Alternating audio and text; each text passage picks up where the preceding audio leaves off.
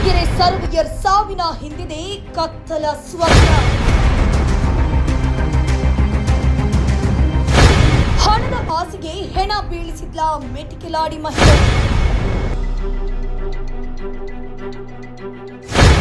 ಬೆಣ್ಣೆಹಳ್ಳಿ ಶಿವಕುಮಾರ್ಗೆ ಬಿಸಿ ತುಪ್ಪವಾಯ್ತಾ ಆಡಿಯೋ.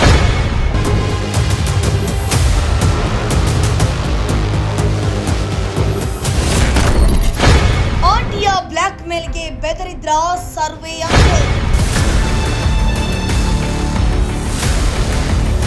ಡೆತ್ ನೋಟ್ನಲ್ಲಿ ಬಯಲಾಯಿತು ಹನಿ ಟ್ರ್ಯಾಪ್ ರಹಸ್ಯ.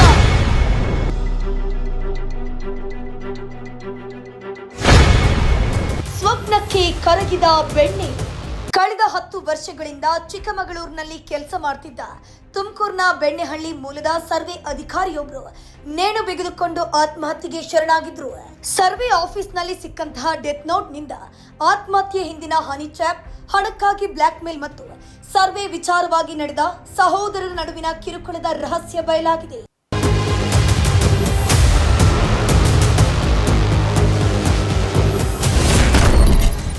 ಚಿಕ್ಕಮಗಳೂರು ಜಿಲ್ಲೆಯ ಮೂಡಿಗೆರೆ ತಾಲೂಕಿನ ಕಂದಾಯ ಇಲಾಖೆಯಲ್ಲಿ ಸುಮಾರು 15 ವರ್ಷಗಳಿಂದ ಸರ್ವೆ ಅಧಿಕಾರಿಯಾಗಿ ಕೆಲಸ ಮಾಡ್ತಿದ್ದ ತುಮಕೂರು ಮೂಲದ ಬೆಣ್ಣೆಹಳ್ಳಿ ಗ್ರಾಮದ ಶಿವಕುಮಾರ್ ಗುರುವಾರದಂದು ಮೂಡಿಗೆರೆ ಪಟ್ಟಣದ ಕೆಎಸ್ಆರ್ಟಿಸಿ ಬಸ್ ನಿಲ್ದಾಣದ ಸಮೀಪದಲ್ಲಿರುವ ತಮ್ಮ ಬಾಡಿಗೆ ರೂಮ್ನಲ್ಲಿ ನೇಣು ಬಿಗಿದುಕೊಂಡು ಆತ್ಮಹತ್ಯೆಗೆ ಶರಣಾಗಿದ್ರು. ಶಿವಕುಮಾರ್ ಚಿಕ್ಕಮಗಳೂರು ಜಿಲ್ಲೆಯ ನೌಕರರ ಸಂಘದ ನಿರ್ದೇಶಕನಾಗಿ ಕೆಲಸವನ್ನ ಮಾಡ್ತಿದ್ರು. ದಿಢೀರ್ ಆತ್ಮಹತ್ಯೆ 108 ಅನುಮಾನಕ್ಕೆ ಕಾರಣವಾಗಿತ್ತು. ಮೂಡಿಗೆರೆ ಸರ್ವೆ ಕಚೇರಿಯ ತನ್ನ ಟೇಬಲ್ ಮೇಲೆ ಸಿಕ್ಕಂತಹ ಡೆತ್ ನೋಟ್ ಶಿವಕುಮಾರ್ ಆತ್ಮಹತ್ಯೆಯ ರಹಸ್ಯವನ್ನ ಬಯಲು ಮಾಡಿದೆ. ಮೂಲತಃ ತುಮಕೂರು ಜಿಲ್ಲೆಯ ಗುಬ್ಬಿ ತಾಲೂಕಿನ ಬೆಣ್ಣೆಹಳ್ಳಿ ಗ್ರಾಮದ ಶಿವಕುಮಾರ್ ಕಳೆದ 15 ವರ್ಷಗಳಿಂದ ಹೆಂಡತಿ ಮಕ್ಕಳಿಂದ ದೂರವಿದ್ದು ಮೂಡಿಗೆರೆ ಪಟ್ಟಣದಲ್ಲಿ ಬಾಡಿಗೆ ರೂಮ್ನಲ್ಲಿ ವಾಸವಾಗಿದ್ರು. ಮೂಡಿಗೆರೆ ತಾಲೂಕಿನ ತೋಟವೊಂದರ ಸರ್ವೆಗೆ ತೆರಳಿದಾಗ ಮಹಿಳೆಯೊಬ್ಬರು ಶಿವಕುಮಾರ್ಗೆ ಪರಿಚಯವಾಗಿದ್ರು. ಅದೇ ಪರಿಚಯ ಶಿವಕುಮಾರ್ ಮಹಿಳೆ ಜೊತೆ ಅಶ್ಲೀಲವಾಗಿ ಮಾತನಾಡುವಷ್ಟು ಸಲಿಗೆಗೆ ಕಾರಣವಾಗಿತ್ತು.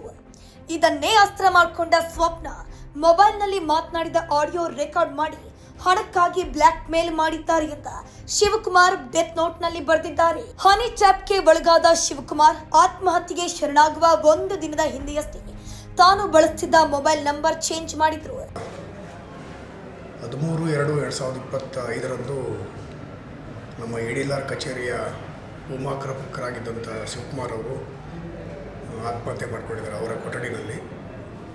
ಅದರ ಬಗ್ಗೆ ವಿಚಾರ ತಿಳಿದ ತಕ್ಷಣ ನಾನು ಮತ್ತು ಸಬ್ ಇನ್ಸ್ಪೆಕ್ಟರ್ ಅವರು ಮತ್ತು ಸರ್ಕಲ್ ಇನ್ಸ್ಪೆಕ್ಟರ್ ಅವರು ಮತ್ತು ನಮ್ಮ ಇಲಾಖಾ ಸಿಬ್ಬಂದಿಗಳು ಇಲ್ಲೇ ಸ್ಥಳಕ್ಕೆ ಹೋಗಿ ಭೇಟಿ ಮಾಡಿರ್ತೀವಿ.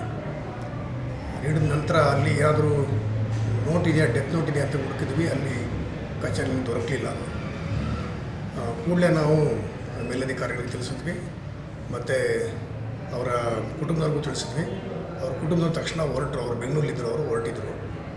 ನಂತರ ನಮ್ಮ ಎಡಿಲಾರ್ ಕಚೇರಿಯಲ್ಲಿ ಸರ್ಚ್ ಮಾಡಿದಾಗ ಎಡಿಲಾರ್ ಕೊಟ್ಟಂಥ ಮಾಹಿತಿ ಪ್ರಕಾರ ಡೆತ್ ನೋಟ್ ಇದೆ ಅನ್ನುವಂಥದ್ದು ತಿಳಿದು ಬಂತು. ಅದನ್ನು ಕೂಡ ಇವತ್ತು ನಾವು ಹಾಜರು ಮಾಡಿ ಸಬ್ ಇನ್ಸ್ಪೆಕ್ಟರ್ ಅವರಿಗೆ ನಾವು ವಶಕ್ಕೆ ಕೊಟ್ಟಿದ್ದೀವಿ. ಪ್ರಕರಣದ ಬಗ್ಗೆ ತನಿಖೆ ನಡೀತಾ ಇದೆ, ಯಾವ ಕಾರಣಕ್ಕೆ ಇದಾಗಿತ್ತು ಅಂತ. ತನಿಖಾಧಿಕಾರಿಗಳಾಗಿರ್ತಕ್ಕಂಥ ಸಬ್ ಇನ್ಸ್ಪೆಕ್ಟರ್ ಮತ್ತು ಸರ್ಕಲ್ ಇನ್ಸ್ಪೆಕ್ಟರ್ ಅದ್ರ ಬಗ್ಗೆ ಹೆಚ್ಚಿನ ಮಾಹಿತಿನ ಕೊಡ್ಬಂದರು. ಮತ್ತು ಯಾವ ಕಾರಣಕ್ಕೆ ಅನ್ನೋದು ಇನ್ನೂ ಸ್ಪಷ್ಟ ಆಗಿಲ್ಲ. ಮತ್ತು ನಾವು ಅವರ ಕುಟುಂಬದವರು ಸಂಜೆ 6:30-7 ಗಂಟೆಗೆ ಬಂದರು. ಎಲ್ಲ ಶವ ಸಂಸ್ಕಾರವನ್ನು ಮಾಡೋದಕ್ಕೆ ಮತ್ತು ಪೋಸ್ಟ್ ಮಾರ್ಟಮ್ ಮಾಡೋದಕ್ಕೆ ಎಲ್ಲರಿಗೂ ಸಹಕಾರ ನಾವು ನಮ್ಮ ಇಲಾಖೆ ಮತ್ತು ಎಡಿಲಾರ್ ಕಚೇರಿ ಇಬ್ಬರು ಕೂಡ ಕೊಟ್ವಿ. ಮತ್ತು ಪೊಲೀಸ್ ಇಲಾಖೆಯವರು ಕೂಡ 12:30 ರಾತ್ರಿವರೆಗೂ ಕೂಡ ಅಲ್ಲಿದ್ದರು. ನಂತರ ಎಲ್ಲ ರೀತಿಯ ತನಿಖಾ ಅಂಶಗಳನ್ನ ಪ್ರಕ್ರಿಯೆಗಳನ್ನ ಮುಗಿಸಿ 12:20 ಅಂತ ಕಾಣುತ್ತೆ ಅವರಿಗೆ ನಾವು ಬಾಡಿನ ಹ್ಯಾಂಡ್ ಓವರ್ ಮಾಡಿದ್ವಿ. ಇಷ್ಟು ತಮ್ಮ ಗಮನಕ್ಕೆ ತರಕ್ಕೆ ಬಯಸ್ತೇವೆ. ಕಳೆದ 3 ತಿಂಗಳ ಹಿಂದೆ ಮೂಡಿಗೆರೆ ತಾಲೂಕಿನ ಕುನ್ನಹಳ್ಳಿ ಗ್ರಾಮದ ಸಹೋದರರಾಗಿರುವಂತಹ ಡೊನಾಲ್ಡ್ ಡಿಸೋಜಾ ಹಾಗೂ ಗ್ರೆಗೋರಿಯನ್ ಡಿ ಕುನ್ನ ಅವರ ಸರ್ವೆ ನಂಬರ್ 99ರಲ್ಲಿದ್ದ ಜಮೀನಿನ ಸರ್ವೆಯನ್ನ ಶಿವಕುಮಾರ್ ಅವರು ಮಾಡಿದ್ರು. ಇದೇ ವಿಚಾರವಾಗಿ ಸರಿಯಾಗಿ ಕಾರ್ಯನಿರ್ವಹಣೆ ಮಾಡಿಲ್ಲ ಅಂತ ಸಹೋದರರು ಚಿಕ್ಕಮಗಳೂರು ಡಿಸಿ ಅವರಿಗೆ ದೂರನ್ನ ನೀಡಿ ಕಿರುಕುಳವನ್ನ ಕೊಟ್ಟಿದ್ದಾರೆ ಅಂತ ಡೆತ್ ನೋಟ್ನಲ್ಲಿ ಶಿವಕುಮಾರ್ ಬರೆದಿದ್ದಾರೆ. ಕಚೇರಿಯಲ್ಲಿ ಸಿಕ್ಕಂತಹ ಡೆತ್ ನೋಟ್ ಆಧಾರದ ಮೇಲೆ ಮೂಡಿಗೆರೆ ಪೊಲೀಸರು ಮೊಬೈಲ್ನಲ್ಲಿ ಶಿವಕುಮಾರ್ ಆಡಿದ ಅಶ್ಲೀಲ ಮಾತುಗಳನ್ನು ರೆಕಾರ್ಡ್ ಮಾಡಿ ಹಣಕ್ಕೆ ಬೇಡಿಕೆ ಇಟ್ಟ ಸ್ವಪ್ನ ಸೇರಿದಂತೆ Gregorian D Cunha, Donald D'Souza ಮೇಲೆ ಆತ್ಮಹತ್ಯೆಗೆ ಪ್ರಚೋದನೆ ನೀಡಿದ ಆರೋಪದ ಮೇಲೆ ಬಿಎನ್ಎಸ್ 108 ಸೆಕ್ಷನ್ ಅಡಿ ಎಫ್ಐಆರ್ ದಾಖಲಿಸಿದ್ದಾರೆ. ಇನ್ನು ಮೂಡಿಗೆರೆ ಸರ್ಕಾರಿ ಆಸ್ಪತ್ರೆಯಲ್ಲಿ ಶಿವಕುಮಾರ್ ಮೃತದೇಹವನ್ನ ಮರಣೋತ್ತರ ಪರೀಕ್ಷೆ ನಡೆಸಿ ಹುಟ್ಟೂರಾಗಿರುವಂತಹ ತುಮಕೂರು ಜಿಲ್ಲೆಯ ಬೆಣ್ಣೆಹಳ್ಳಿಗೆ ಕುಟುಂಬಸ್ಥರು ಶಿವಕುಮಾರ್ ಮೃತದೇಹವನ್ನ ಕೊಂಡೊಯ್ದರು. ಹಲವಾರು ಜನಗಳ ಜೊತೆ ಸಿಬ್ಬಂದಿ ವರ್ಗದ ಜೊತೆ ಮಾತನಾಡಿದೆ ಸೂಕ್ಷ್ಮವಾಗಿ ಏನು ಸಮಸ್ಯೆ ಆಯಿತು ಏನು ಅಂತೇಳಿ. ಆ ಸಂದರ್ಭದಲ್ಲಿ ಅವರು ತುಂಬ ದುಗುಡಕ್ಕೆ ಒಳಪಟ್ಟಿದ್ರು ಮತ್ತು ಆರೋಗ್ಯದ ಸ್ಥಿತಿ ಹದಗೆಟ್ಟಿತ್ತು ಅಂತೇಳಿ ನಾನು ಕೇಳ್ಪಟ್ಟಿದ್ದೆ. ಅವರು ಅದಕ್ಕೆ ಸಂಬಂಧಪಟ್ಟಂತೆ ಚಿಕಿತ್ಸೆಯನ್ನು ಕೂಡ ಪಡ್ಕೊತಾ ಇದ್ರು. ಸರ್ಕಾರಿ ನೌಕರರಿಗೆ ಇತ್ತೀಚಿನ ದಿನಗಳಲ್ಲಿ ಏನು ಹರಾಸ್ಮೆಂಟು ಆಗ್ತಕ್ಕಂಥದ್ದು ಭಾಳ ಜಾಸ್ತಿ ಆಗಿದೆ. ಹಾಗಾಗಿ ಇಂಥ ಹರಾಸ್ಮೆಂಟ್ಗಳು ಆಗಬಾರ್ದು. ನಮ್ಮ ಶಿವಕುಮಾರ್ ಅವರಿಗೆ ಯಾವುದೇ ಹರಾಸ್ಮೆಂಟು, ಯಾವುದೇ ಕೆಲವು ಸಾಲ ಅಥವಾ ಯಾರು ಕೊಟ್ಟಿದ್ದಾರೆ ಅಂತ ಹೇಳಿ ಹಿಂಗೆ ಗಾಳಿ ಸುದ್ದಿ ಮಾತನಾಡ್ತಾರೆ. ಅದೇನೇ ಇರ್ಬೋದು, ಯಾವುದೇ ಒಬ್ಬ ವ್ಯಕ್ತಿ ಒಂದು ಅನಗತ್ಯವಾಗಿ ಈಗಾಗಲೇ ಸರ್ಕಾರದಿಂದ ನಮ್ಮ ರಾಜ್ಯಪಾಲರಿಂದ ಒಂದು ಈಗಾಗಲೇ ಆದೇಶನೇ ಕೂಡ ಆಗಿದೆ. ಹಾಗಾಗಿ ಯಾರೇ ಸಾಲ ಕೊಟ್ಟಂಥವ್ರು ಅನಗತ್ಯವಾಗಿ ಮಾನಸಿಕ ಹಿಂಸೆಯನ್ನು ಕೊಡ್ತಕ್ಕಂಥದ್ದು ಎಲ್ಲೂ ಕೂಡ ಆಗಬಾರ್ದು. ಒಟ್ನಲ್ಲಿ 52 ವರ್ಷದ ಶಿವಕುಮಾರ್ ಪರಸ್ತ್ರೀ ಮೋಹಕ್ಕೆ ಬಿದ್ದು ಮೊಬೈಲ್ನಲ್ಲಿ ಆಡಿದ ಅಶ್ಲೀಲ ಮಾತು ಸರ್ವೆ ವಿಚಾರವಾಗಿ ನಡೆದ ಸಹೋದರರ ಕಿರುಕುಳ ಕಾರಣ ಎಂದು ಡೆತ್ ನೋಟ್ ಬರೆದಿಟ್ಟು ಆತ್ಮಹತ್ಯೆ ಮಾಡಿಕೊಂಡಿದ್ದಾರೆ. ಮೂಡಿಗೆರೆ ಪೊಲೀಸರು ಕೇಸ್ ದಾಖಲಿಸಿಕೊಂಡು ವಿಚಾರಣೆ ನಡೆಸುತ್ತಿದ್ದು ಇನ್ನಷ್ಟು ಅಸಲಿ ಸತ್ಯ ತನಿಖೆಯಿಂದಷ್ಟೇ ಹೊರಬರಬೇಕಿದೆ. ಈ ರೀತಿಯ ಇನ್ನಷ್ಟು ವಿಡಿಯೋಗಳು ನಿಮಗೆ ಸಿಗಬೇಕೇ?